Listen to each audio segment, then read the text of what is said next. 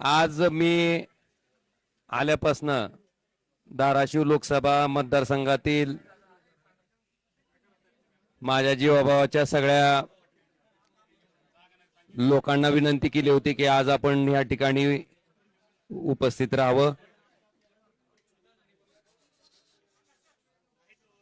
माझ्या आव्हानाला प्रतिसाद देत माझ्या लोकसभा कार्यक्षेत्रातील सगळी जीवाभावाची माणसं आज या ठिकाणी उपस्थित होती.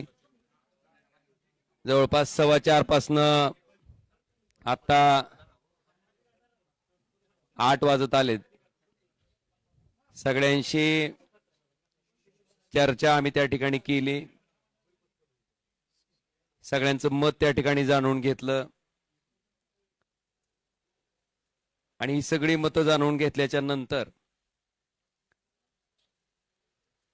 सगळ्या कार्यकर्त्यांच्या सगळ्या जीवभाव माणसांच्या ज्या सूचना आहेत त्या पद्धतीनं मला थोडी पार्श्वभूमी सांगायची की नुकत्याच झालेल्या स्थानिक स्वराज्य संस्थेच्या निवडणुकीमध्ये सगळे कार्यकर्ते त्या ठिकाणी लढत असताना सुद्धा जर धाराशिव लोकसभा मतदारसंघाचा आपण विचार केला तर एकाही पंचायत समितीमध्ये नगरपालिकेमध्ये त्या ठिकाणी आम्हाला यश मिळू शकलं नाही. अनेक सामान्य कार्यकर्ते, अतिशय चांगल्या पद्धतीने काम करणारे कार्यकर्ते सुद्धा या निवडणुकीत अतिशय वाईट पद्धतीने त्या ठिकाणी पराभूत झाले.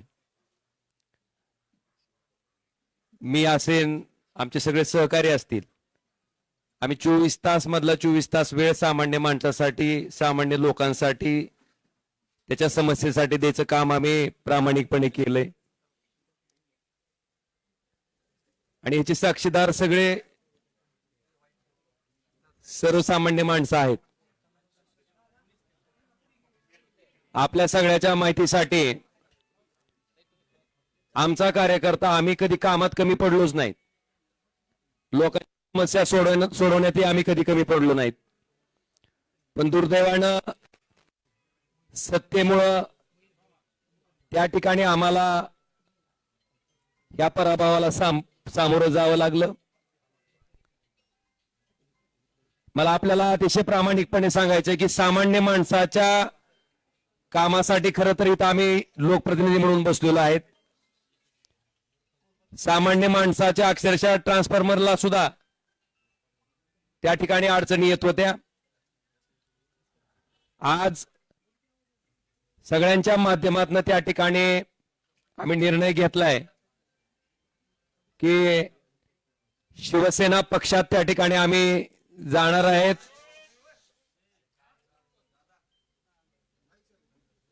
श्री एकनाथ शिंदे साहेबांच्या नेतृत्वाखाली आम्ही त्या ठिकाणी काम करणार आहेत. याच्या पाठीमागची पार्श्वभूमी अशी आहे की आपण बघितलं असेल, ज्या कारणामुळे त्या ठिकाणी मी माझं सार्वजनिक जीवन सुरू केलं की या वाईट वृत्तीची लोक कुठल्याही परिस्थितीत त्या ठिकाणी राजकारणाच्या पटलावर राहिली नाहीत पाहिजेत. ती भूमिका आजपर्यंत मी त्या ठिकाणी चोखपणे निभावत आलो. कायदेशीर बाबीवर सुद्धा आम्ही त्याच पद्धतीनं पूर्ण आमच्या कुटुंबानं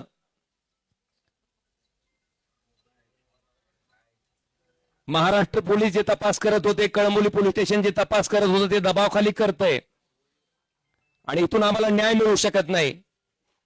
म्हणून हा तपास सीबीआय कडे वर्ग करावा अशी मागणी, अशी याचिका हायकोर्टात केल्याच्या नंतर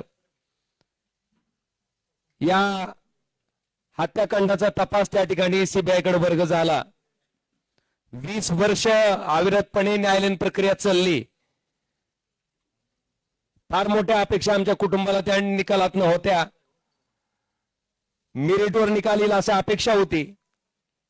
पण दुर्दैवानं जो काही निकाल आला ज्याच्यामध्ये सन्माननीय न्यायालय म्हणतंय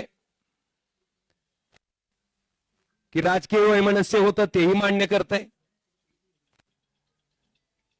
कुठल्याही हत्याकांडामध्ये उद्देश, मोटिव्ह फार महत्वाचा असतो तेही न्यायालय मान्य करतंय. पण दुर्दैवानं कळंबोली पोलीस स्टेशनच्या तपासाला त्या ठिकाणी बेस करून मला वाटतं ज्या पद्धतीचा निकाल आला तो अतिशय दुर्दैवी होता आणि अशा पद्धतीनं या निकालाचं दुःख, कारण ज्या दिवशी राजेसाहेब गेले त्या दिवशीचं जे दुःख होतं तशाच पद्धतीचं दुःख आमच्या पूर्ण कुटुंबाला काल सहन करावं लागलं. मला वाटतं ह्याच्यामध्ये एक माणूस त्या ठिकाणी सक्षमपणे आमच्या पाठीशी उभा होता आणि त्यांनाही ते पटलेलं नव्हतं.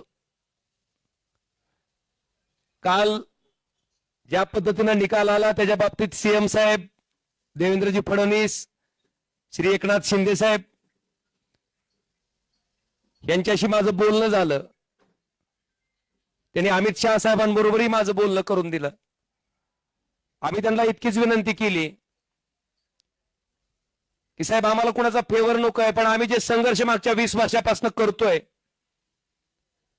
फक्त न्याय मागतोय, तो न्याय आम्हाला मिळवून द्यावा ही आम्ही कळकळीची विनंती त्या ठिकाणी केली. आणि आदरणीय एकनाथ शिंदे साहेबांनी स्वतः समोर येऊन स्टेटमेंट दिलं आणि सीबीआय त्या ठिकाणी माननीय हायकोर्टात या प्रकरणाबाबतीत अपील दाखल करणार आहे. अपेक्षा इतकीच आहे की केसच्या मेरिटवर त्या ठिकाणी जो न्याय त्या ठिकाणी डावलला गेलाय तो आम्हाला न्याय मिळावा. आणि म्हणून या सगळ्या बाबीचा विचार केल्याच्या नंतर आपण जर आमची इथली राजकीय परिस्थिती बघितली असेल, बऱ्याच मंडळींना वाटतंय की आता तुमचा एक पक्ष त्यांचा एक पक्ष. मी अतिशय प्रामाणिकपणे सांगतो की कुठलाही पक्ष असला तर अशा वृत्तीला राजकारणात न थांबवण्यासाठी जे काय करावं लागणार आहे त्याच्यासाठी ओमराजे कधीच थांबणार नाही ना मला कोणी रोखू शकते. आज ज्या सत्तेची ताकद घेऊन त्या ठिकाणी आमच्यासारख्या सर्वसामान्य कार्यकर्त्यावर जो अन्याय होतोय, आज गावागावातल्या माणसाला त्या ठिकाणी थांबवलं जातंय. अनेक लोकोपयोगी कामं आहेत. खासदार म्हणून त्या माणसाला वाटतंय की बाबा खासदारांना आमचा ट्रान्सफॉर्मर द्यावा, खासदारांना आमच्यातलं अमुक काम करावं. आज 7 वर्ष होत आलेत. त्या माणसाच्या अपेक्षा फार मोठ्या आहेत. मला वाटतंय निश्चितपणे या सगळ्या अपेक्षांना न्याय द्यायचं काम मी निश्चितपणे प्रामाणिकपणे इथून पुढच्या कालखंडामध्ये करत राहीन. आणि आपल्या सगळ्याच्या माहितीसाठी सामान्य माणूस ओमराजेला ओळखते. 2009 पासून ते आजपर्यंत, 2006 पासून ते आजपर्यंत त्या सामान्य माणसासाठी मी काय काम करतो हे सामान्य माणसानं बघितलंय. आणि म्हणून कुठल्या पैशाच्या हव्यासापोटी, कुठल्या पदाच्या हव्यासापोटी जाणारा ओमराजे नाही. जी काय सत्ता घ्यायची किंवा जी काय सत्तेचा वापर करायचा आहे, कारण आपण जर माझ्याकडची फळी बघितली तर माझ्याकडे मोठे प्रस्थापित माणसं कोणीच नाही. माझ्याकडे सामान्य माणसं, समाजातले शेवटच्या घटकातली माणसं त्या ठिकाणी आज माझ्याकडे आशा लावून बघतायत. आणि मी आपल्याला शब्द देतो की ह्या सत्तेचा वापर हा त्या सर्वसामान्य माणसाच्या जीवनात आनंद देण्यासाठी मी प्रामाणिकपणे करत राहीन आणि ती ताकदीनं करत राहीन. हे वचन मी आपल्या सगळ्याच्या साक्षीनं आज या ठिकाणी देतोय. आणि आम्हाला खात्री आहे की ज्या पद्धतीनं धावून जाऊन काम करायचा त्यांचा स्वभाव आहे त्या पद्धतीने निश्चितपणे धावून येतील आमच्या प्रत्येक. कारण आमचं काय वैयक्तिक कुठलंच काम नाहीये, माझं कुठलंच काय असंही नाही किंवा काहीतरी वेगळा व्यवसाय माझा चालू आहे आणि त्या व्यवसायाला संरक्षण घेण्यासाठी मला जायचं आहे ना. माझ्यावर काही ईडीसी व्यायची विधाड पडली असंही नाही. बांधवांनो, प्रामाणिकपणे काम करणारा 24 तास मधला 24 तास वेळ देणारा मी एक सामान्य कार्यकर्ता आहे. आणि निश्चितपणे यांच्या नेतृत्वाखाली आम्ही अतिशय चांगल्या पद्धतीचं काम आपण जर बघितलं असेल तर कृष्णा मराठवाडा सिंचन प्रकल्प जो की कित्येक वर्षापासून त्या ठिकाणी अपूर्ण आहे. आपल्याकडे बॅरेजेसची कामं आहेत जे की आम्ही त्यावेळेस सुरू केले होते, त्याचे एस्टिमेट चालू केले होते. मला वाटतंय या सत्तेचा उपयोग कशा पद्धतीने केला जाऊ शकतो हे निश्चितपणे आम्ही धाराशिव लोकसभा मतदारसंघातील जनतेला चांगल्या पद्धतीने त्या ठिकाणी राबवून, नुसत्या घोषणा नाहीत तर त्या राबवून अतिशय चांगल्या पद्धतीनं दाखवून देऊ हेही वचन मी आजच्या या पत्रकार परिषदेच्या निमित्तानं देतो. आणि निश्चितपणे आदरणीय उद्धवजी, आदरणीय आदित्यजी, बाळासाहेब यांचा सगळ्यांचा मला प्रचंड स्नेह लाभला, त्यांचे आशीर्वाद लाभले, त्यांचं प्रेम लाभलेलं आहे. मला वाटतंय माझ्या मनात, माझ्या तोंडात कधीही कुणाबद्दलही वाईट शब्द कधी आलेला नाही, येणारही नाही. आणि मी मगाशी आमच्या सगळ्या सैनिकांना सुद्धा सगळ्यांना सांगितलं की एकही शब्द भले कुठल्याही प्रकारची कशाही प्रकारची कमेंट पुढे न आली तर मला वाटतंय मातोश्री बद्दल आपल्याकडनं एकही शब्द जायला नको, ही मी विनंती सगळ्या आमच्या कार्यकर्त्यांना केलेली आहे. मी त्यांचंही मनापासून आभार व्यक्त करतो. आणि निश्चितपणे माझा पुढचा जो राजकीय प्रवास आहे, हा राजकीय प्रवास सर्वसामान्य माणसाच्या जीवनात आनंदाचे क्षण आणण्यासाठी, त्याला सुखाचे क्षण देण्यासाठी मी कायमस्वरूपी अविरतपणे जसा आधी काम करत आलोय त्याच पद्धतीने अविरतपणे त्यांच्यासाठी काम करत राहीन, हेही वचन देतो.